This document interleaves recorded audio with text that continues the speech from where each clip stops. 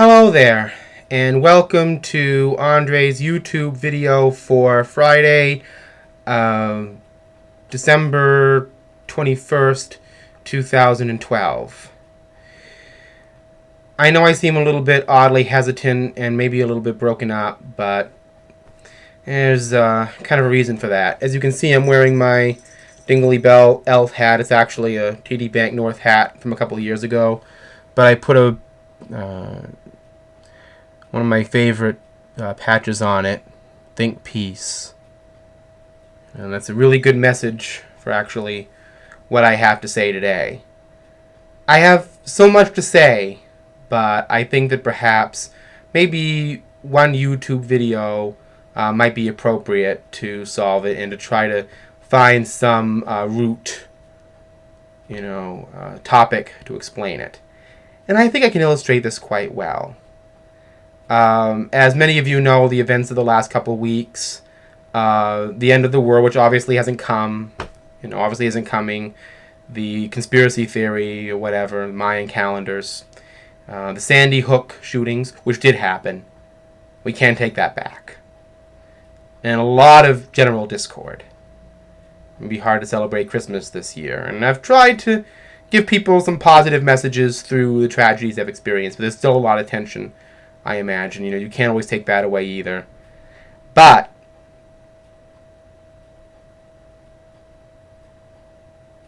it is 5 days till Christmas. 5 days. And I'm going to relate an experience that might heavily impact on my own, and I'm sure many of you have had your own various situations happen. As I'm sure many of you know from one of my previous blogs, I was set to have my the three front teeth here on my the lower right hand side of my mouth removed today. The dentist who was going to be doing this procedure was on an emergency call, so another dentist was abruptly called in, and he was the head of his profession at the clinic I was going to, and it all happened rather suddenly. I didn't really have much time to think, so I asked the standard questions. What would the numbing agent be like? How long would it last? What exactly would they do when they pull the teeth out? What would be left? And what would the recovery time be? Well, I listened to what they said, and I considered it over in my mind. And for a number of reasons, I was scared. Number one, I have just gone through a tonsillectomy, as I'm sure a lot of you know, a little over half a year ago, and that was a very, very difficult recovery for me. As a matter of fact, for a month after that recovery, I actually had nightmares about some of the pain that I experienced, emotionally and physically. Now, I know that happens to many, many people. I'm not in the minority on that. But I never really had it happen before. I've always been healthy all my life. And now suddenly I have my tonsils removed. It was a long recovery, a lot of difficulty dealing with that. Then I had this come up. And my teeth have always been healthy, and now 3 have to be removed. And it was really uncomfortable for me to face another long recovery, especially at the holidays. And I thought of how it would be for my family and how difficult it's probably been for them with everything that's been happening in the world and the country lately. And I wanted to make this a really good Christmas for them. And I just thought, if I'm recovering and I'm in any kind of soreness or agony, or if it doesn't go quite the way they expect, I could spoil Christmas. So I decided against having the teeth removed today and to reschedule it. Because I was scared, and because I was scared that I didn't want to upset anybody at Christmas. It wasn't necessarily a good thing, but it wasn't necessarily a bad thing either. It was the 2 types of fear: self-protective fear and fear of hurting others. I have a lot of conflict about my decision, and I am going to have my teeth removed. But this is the hard part. I can't really say a whole lot about it. But let's just say that there were some people who didn't really react all that well to my decision. And that makes me very sad.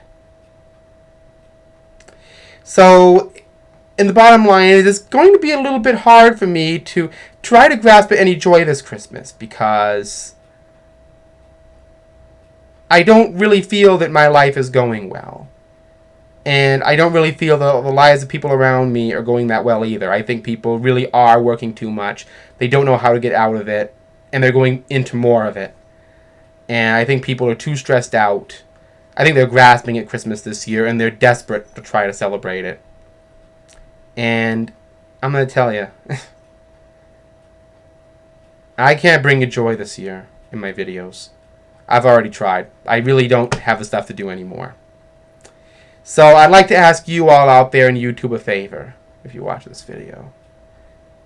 If you get any kind of genuine, hopefully well-rounded sense of Christmas spirit or joy in you, you can send my way. Note that I'm not really a religious person, so that wouldn't really help. But I mean, any kind of human thing that you can say, leaving a comment, video comments. As Bart Simpson said, he thought that Christmas miracles happened to children who were troubled at Christmas. It happened to Tiny Tim, he said, happened to Charlie Brown, and he thought it would happen to him. In his case, it kind of did. And I'm not a little child, but I'm somebody's child. And in terms of Christmas spirit and being somebody's child, I need you out there. And I could use your help. So a little Christmas coming my way in terms of spirit. If you out there have any happy stories, happy tales, please send them along. I could use them. I've given to you out there as much as I can, even if you don't like watching my videos. Now I'm asking a little bit. Not for money or not for things or even a shoulder to cry on. Just happy messages. It's not too much to ask. And to anybody else out there that may be feeling my way, happy messages out to them. And this is most important. Prayer doesn't mean anything to everybody. So if that's the only way you can express it, find something a little deeper than that inside yourself, because I need it. I'm asking for it. It's important. Merry Christmas, everybody. I hope to hear from you. Thank you. Mm.